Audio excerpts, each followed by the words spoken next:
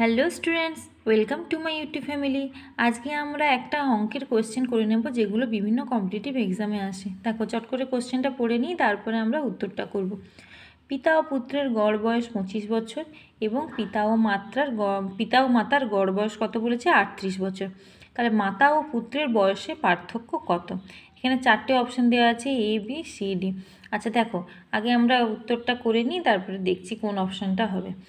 দেখো, মাতা ও পুত্রের বয়সের পার্থক্য সমান পিতা ও মাতার বয়সের সমষ্টি মাইনাস পিতা ও পুত্রের বয়সের সমষ্টি। তাহলে দেখো, পিতা ও মাতার বয়সের সমষ্টি এখানে গড় করা আছে, তাহলে সমষ্টি আমরা 2 দিয়ে গুণ করে নেব।